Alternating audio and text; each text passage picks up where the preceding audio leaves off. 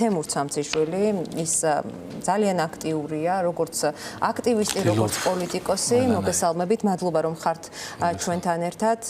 მადლობა პირიქით. გვინდა გითხრათ, როგორ მიმდინარეობს პროტესტი, როგორია საპროტესტო მუხტი რეგიონებშიც, მაგრამ მაინც დღევანდელი სასამართლო პროცესით დავიწყოთ საუბარი. სინდისის პირველი პატიმარია მათედევიძე, რომელსაც მიუსაჯეს დღეს 4 წლით და 6 თვით თავისუფლების აღკვეთა და სხვა პატიმრების ოჯახის წევრებიც ფიქრობენ, რომ ასეთივე მკაცრი იქნება რეჟიმი მათი შვილების წინააღმდეგ. გამარჯობა, დიდი მადლობა მოწვევისთვის.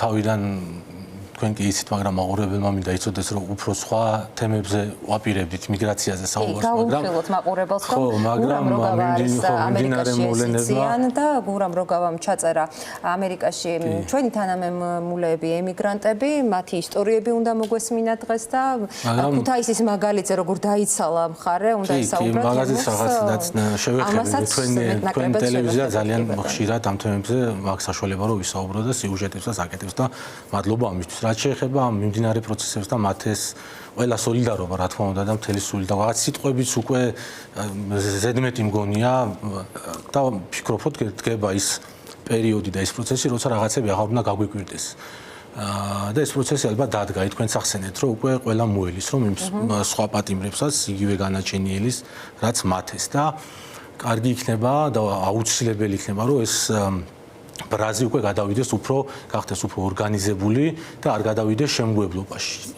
იმიტომ რომ ამის ტენდენციებიც არსებობს. მაგრამ დღეს კიდევ ერთხელ ახლა მიმდინარე აქციაც დაუგეგმავი აქცია, რომელიც ახლა მიმდინარეობს უნივერსიტეტის კორპუსთან, იმის მაჩვენებელია, რომ სავარაუდოდ ეს ბრაზი გახდება უფრო ორგანიზებული. ამას უკვე ორგანიზება ჭირდა, მე მესმის იყო პერიოდი, როდესაც მეც მათ შორის და პოლიტიკოსების და აქტივისტების საუბრობდნენ რომ და არ ჭირდებოდა ამ აქციებს ორგანიზება და წინააღმდეგობას ორგანიზება, მაგრამ ეხა აუცილებელი აქ უკვე გაჩნდეს პოლიტიკური მდგენელი. სხვანაირად სხვა გამოსავალი არ არსებობს. ეს უკვე დამოკიდებულია როგორც აქტივისტებზე, პოლიტპატიმრებზე, პოლიტიკოსებზე და რაც თავარია პოლიტიკურ პარტიებზე. როგორ მოიქცევიან? მინდა რომ დავაზუსტო ჩემივე სიტყვები. მათედევიძეს სინდისის პირველ პატიმარს სასამართლო პროცესების ამწყებაში გულისხმობენ გიორგი ოკმელაშვილი არ უნდა დამოგწეს, რომელიც სისტემამ ყველაზე ადრე გაასამართლა რუსული კანონის საწინააღმდეგო. აქ არ არსებობს, ეგ ძალიან კარგია, რომ გვახსენდება ვიღაცები და არ გვავიწყდება და აღარ არსებობს დაყოფა ამ პოლიტპატიმრების და ამ ადამიანების რაღაც სეგრეგაციასავით იყო და რაღაცა ისე იყო რომ როგორც აი ზოგი წინა რეჟიმი, ახალი რეჟიმი აქაც უნდა გაქრეს, იმიტომ რომ არ არსებობს. სინდისის პატიმრების ოჯახის წევრები არ ნახულ ერთობას აჩვენებენ, ჩვენ ხედავთ და დაანონსდა კიდეც რომ ამ კარვებში სავარაუდოდ დღეს შეიძლება არა, რადგან სპონტანურად დაიგეგმა, მაგრამ მე მაგას ვამბობ ზუსტად, რომ აი ამას უკვე დაჭირდება ამ ბრაზის ორგანიზებულად ძალიან ჭკვიანად პოლიტიკური პარტიების და პოლიტიკოსების აუცილებლად ჩართულობა და უკვე ამის ორგანიზებულ ოცნების ნაბიჯებს უნდა დაუპირისპიროთ ორგანიზებული ნაბიჯები. წინააღმდეგ შემთხვევაში არაფერი არ გამოვა. რუსეთის მაგალითი ხელის გულზე გვიდევს, ბელარუსის მაგალითი ხელის გულზე გვიდევს. ჩვენ რაც ხარ უნდა ვიზახოთ, რომ ბელარუსი და რუსეთი არ გავხდებით. არსებობს კონკრეტული მოცემულობა, კონკრეტული მეთოდები არსებობს. იმ წერტილამდე მიყვანის, რა წერტილამდე რუსეთი და ბელარუსი მივიდა და ჩვენ თუ ამ წერტილებს რაღაც არ დაუპირისპირდებით ჩვენი ორგანიზებულობით, ეს რეალობა აუცილებლად დადგება ადრე თუ გვიან. ეხლა ჩვენ რას ვკარგავთ და რამდენ მსხვერპლს გავიღებთ ამ ბრძოლაში და გვაქვს თუ არა იმის რესურსი, თქვა შეიძლება რაც ბელორუსს კონდეს გრძელვადი ამ პერსპექტივაში ან რუსეთს, ეგ კიდე ცალკე საკითხია. ჩვენაერ ქვეყანას ამის შანსი, საერთოდ გადარჩენის შანსი გვაქვს თუ არა, ეს კიდე ცალკე საკითხი იქნება ამ ბრძოლაში. და იმის თქმა მინდოდა ის საუბარი არის, რომ წინა რეჟიმი და ეს რეჟიმი და ამ საკითხის ასე დაყენებას არ შეიძლება. არ შეიძლება ხელისუფლება რომელსაც ქვეყანა მიყავდა დასავლეთ სიმართლეებით ევროკავშირის და ნატოს წევრი და რავით დასავლური კურსი ჰქონდა შევადაროთ პრორუსულ ხელისუფლებას. უბრალოდ რომელიც იჩემებს რომ უვიზო რეჟიმი მან მოუტანა თურმე მოქალაქეებს. ხო, ეგ ბევრ ამას იჩემებს. საჭირო რომ მართლაც საჯარო მოხელეების მრავალწლიანი ძალისხმევაა ჩადებული იმაში, რასაც ახლა ქართულში უვიზო რეჟიმი რუსეთს და ბელორუსს რომ მიცე დიდი სიამოვნებით ისარგებლებენ არავინ არ თქვის უვიზო რეჟიმზე უარს და რა თქმა და არც ქართული ოცნება არ იტყოდა და ეგ საერთოდ არა ინდიკატორი, რომ ქართული ოცნება პრორუსული ხელისუფლებაა თუ პროქართული თუ პროდასავლური. ეგ არაა ინდიკატორი. უვიზო მიმოსვლა იყო იმ კონკრეტული პერიოდის დამსახურება და ამ უვიზო მიმოსვლაში რა ვიცი, მაშინ ედუარდ შევარდნაძე შეგვიძლია ჩვენ ვახსენოთ და ზურაბ ჟვანიას და უამრავი 10 წლეულების წინ მე ჩვენი ქვეყნის გულისთვის ბევრი რამე უკეთებია თქვა ხალხს, ავი ზვიად გამსახურდია მე რა კოსტავა და ნებისმიერი ადამიანი, ვინც ამ მიმართულებით პირველი ნაბიჯები გადადგა. ამ ადამიანებსაც მივუწვით, უბრალოდ ამ პერიოდში მოგვიწია ჩვენ ამ ბენეფიტის მიღება. როგორც ქართული ოცნება რო არ ყოფილიყო ხელისუფლებაში, ჩვენ ახლა უკრაინაზე და მოლდოვაზე შეიძლება გაცილებით წინ ყოფილიყავით, ხო და არ დაგვეკარგა ის პერსპექტივა, რაც 2030 წელს ევროკავშირის გაფართოების პერსპექტივა, როდესაც ევროკავშირი რაღაც ალბათ 50 წელს კიდე გაფართოების პოლიტიკას გააჩერებს. და პარალელურად ხედავთ, რომ სულ უფრო აზიანებს დემოკრატიას ქვეყანაში, შეიძლება ითქვას, ზოგს მიაჩნდეს, რომ ანადგურებს კიდეც იმ ახალი რეპრესიული მეთოდებით ქართული ოცნება ვნახეთ Facebook პოსტების გამო სასამართლოში დაბარებული ჩემი კოლეგები, ცნობილი ადამიანები, მეგობრები და ასე შემდეგ, თქვენ ხშირად გამოირჩევით კრიტიკით, სხვათა შორის. ხო, რა ვიცი, უფრო მე არ ვიცი, მე არა, ჯერ არა, იქ არა ვარ, იმ სიაში ჩვენი ერთი მეგობარი არის ქუთაისელი აქტივისტი, ეხლა არ იმყოფება სამწუხაროდ მოუწია ემიგრაციაში წასვლა.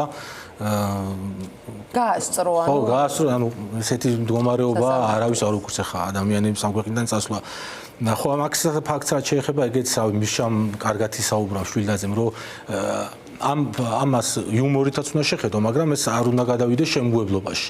ანუ რეჟიმი გააკეთებს ყველაფერს. ანუ დემოკრატია შეიძლება ვთქვათ, რომ აღარ არსებობს. ეს არ არის დემოკრატია. ხა, რა ვიცი, თუ ჩვენ ჩავთვლით იმას დემოკრატიად, რომ რაღაცა ამ ეთერში რაღაც საუბრობთ და ოპოზიციური ტელევიზიები არსებობენ და კიდე ოპოზიციონერები და აქტივისტები ხო ქართულოცნებას რომ მისცეს საშუალება ვერც ისაუბრებთ. ხო, მაგას ვამბობ, ანუ არ არის ეს დემოკრატია, დემოკრატიის სრული გაგება ქვეყანაში კონსტიტუცია არ მუშაობს და სახელმწიფო უწყებები არ მუშაობს და ელემენტარული მთავარი პრინციპი ძალაუფ სახელმწიფოს და დანაწილების პრინციპი არ მუშაობს. რა დემოკრატიაზეა საუბარი და ერთი კაცი ამორჩილება სასამართლო ძალოვანი სტრუქტურა და მთელი ხელისუფლება. ხო, აქ დემოკრატია ფიზიკურად ვერ იარსებობს და ესეც ახლა ეს კანონმდებლობაც არის რიგითი ჭანჭიკის მოფიქრებული ვიღაცას რაღაცაზე გული დაწყდა და უნდა რომ ასე გონია რომ Facebook-ზე რაღაც აგრძალვით უკვე შედეგსაც გამოიწვევს საზოგადოებას ხო Facebook-საც აგრძალავენ ახლა ამით ასე რომ ჭყალებში ქართული ოცნება მოთვინიერება ალბათ არის მათი სურვილი დადუმება და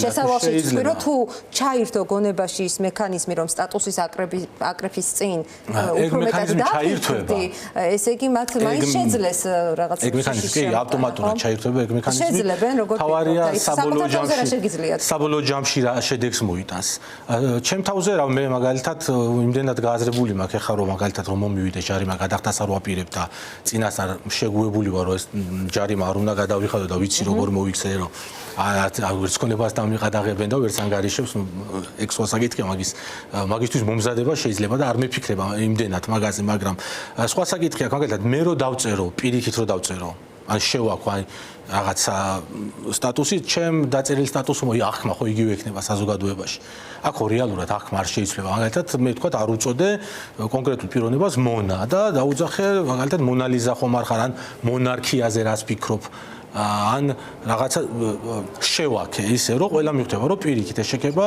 იგივე შინაარსის მატარებელი იქნება და იგივე იმ რეაქციას გამოიწვევს ადამიანებში რაც კანონმდებლობით თქვა შეიძლება გულისხმობთ იმას რომ დამსახურებულია ეს ეპითეტები რასაც წერენ და რაც აბრაზებთ ქართულ ოცნებას ხო რა თქვა ხა კანონს ხო არ მიიღეთ ეგ დამსახურებული იმ წუთში ხდება ეგ ეთყობა ადამიანს ხო როდესაც შენ ამაზე ნერვიულობ ეხა მე რაც არ უნდა მონა მიზახონ არ გავბრაზდები იმიტომ რომ ვიცი რომ არა ვარ მონა არავის არსად არ ყოფილვარ რა ვიცი არც როცა ადგილობრივ თვითმმართველობაში მუშაობდი, არც აქტივისტი რო ვიყავი და არც პარტიაში ფიზიკურად ვერ ვიქნები და არ შემწხვება რა, როცა შენ თავთან ხარ მართალი, შესაბამისად ეს არ მუშაობს.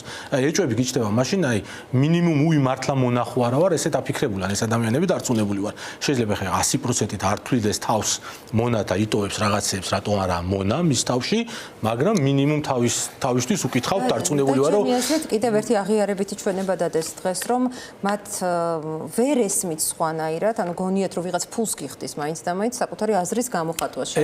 მგონია რომ ჯერათ არც ქება და არც კრიტიკა არ წარმოუდგენიათ უფულოდ. ეგ თვითგადარჩენის ინსტინქტია, ეგ ჯერათ ჩემი აზრით და უნდათ რომ დაიჯერონ.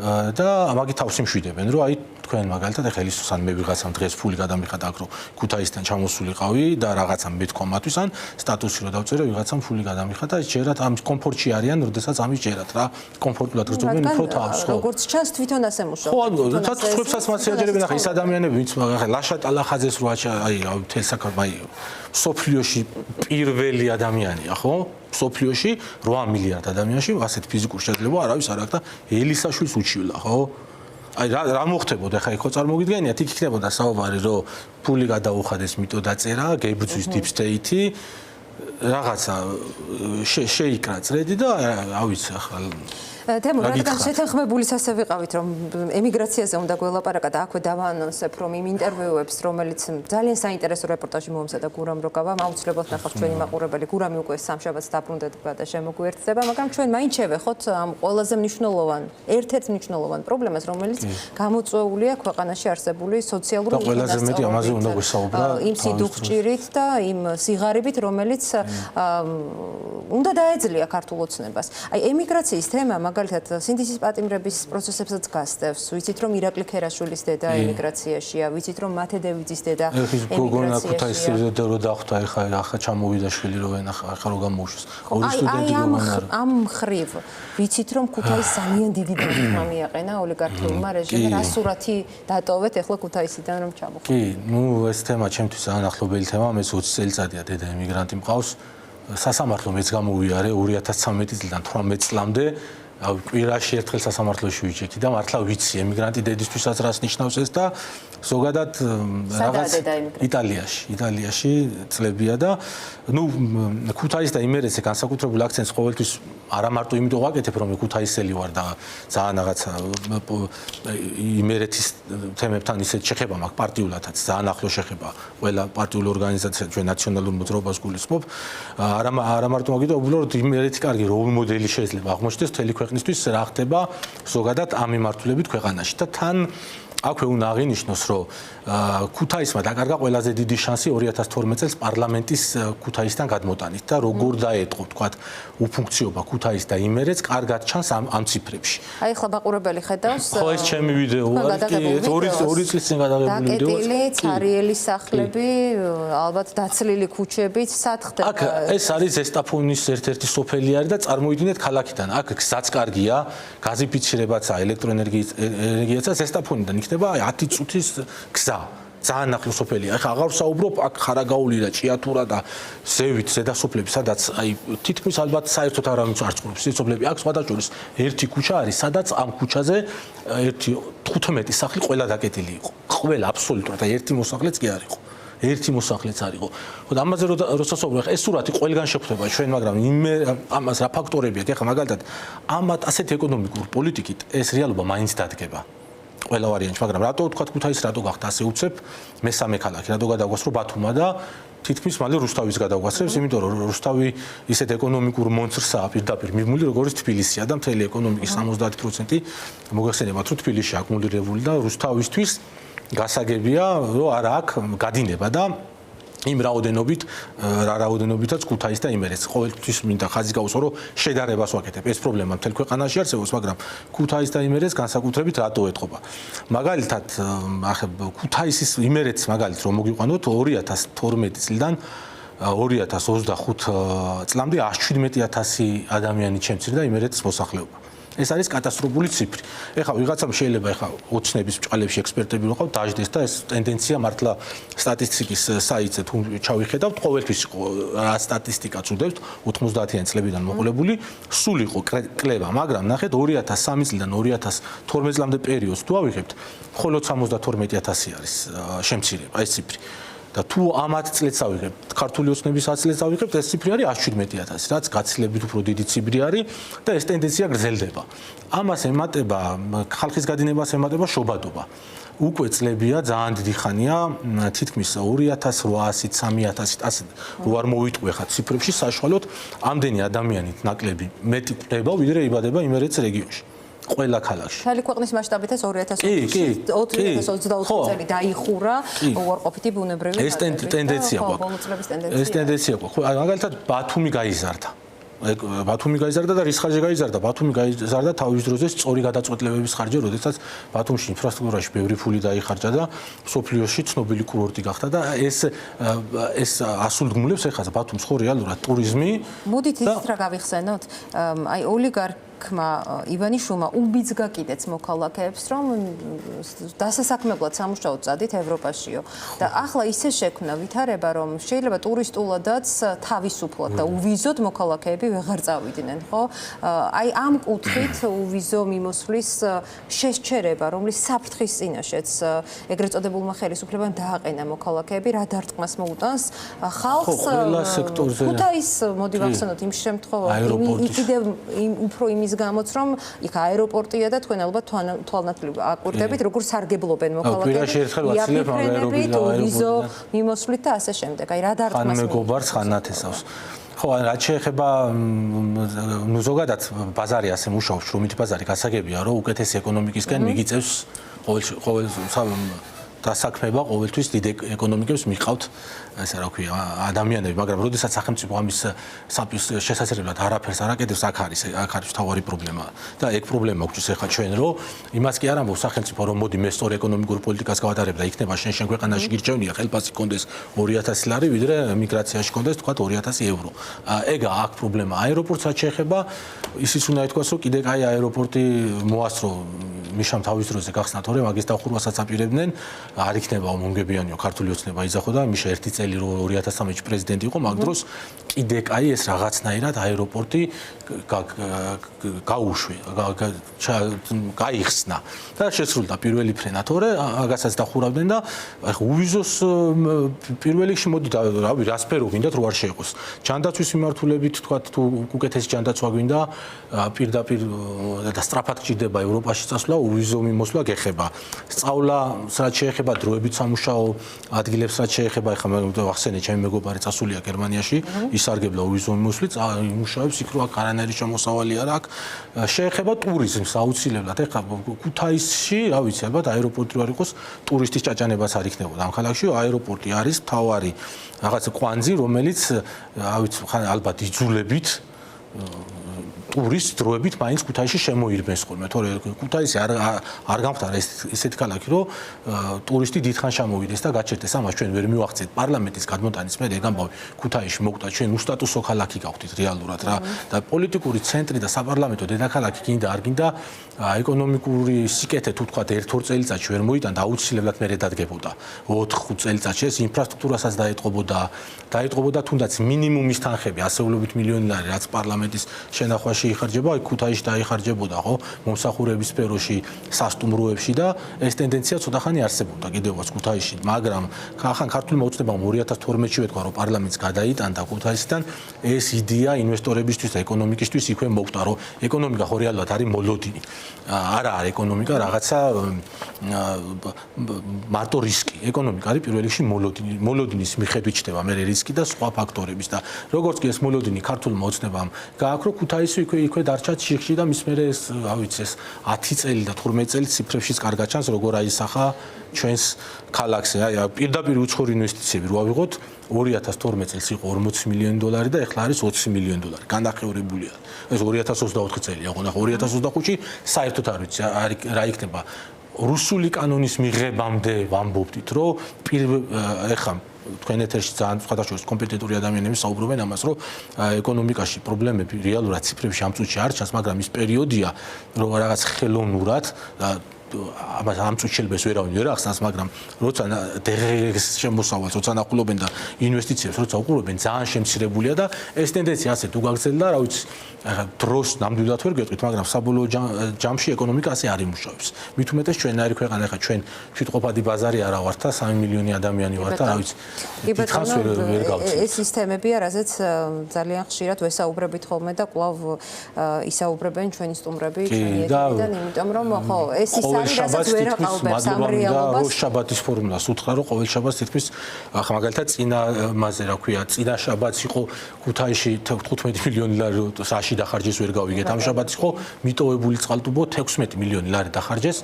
არსებული ტიპის გახსნაში. აი არაფერი რო არ გაკეთებულა მართლა და ძალიან მნიშვნელოვანია რომ ეს მაინც რითქმაც მინდა რომ ჩვენც როდესაც მოქალაქეებს წერთ ხოლმე გამოკითხვას ხშირად ვატარებთ მე და გურამი და ნამდვილად ასეთ სურათს ვხვდებით რომ მიუხედავად იმისა როგორ მუშაობს პროპაგანდა ეს არის ის საკითხი რასაც ვერ გააყალბებს ქართული ოცნება იმიტომ რომ ადამიანებმა ძალიან კარგად საკუთარი ოჯახის ჯიბის მაცივრის მაგალითზე მათი ცხოვრება გაუარეს და არსებობს რაღაც წერტილი რომლის იქითაც უკვე ის ფერადი ყუთი რომელიც თითქოს twins ეუბნება რომ ყველაფერი კარგათაა ეს წერტილიც მალე გაქრება დარწმუნებული ვარ ამაში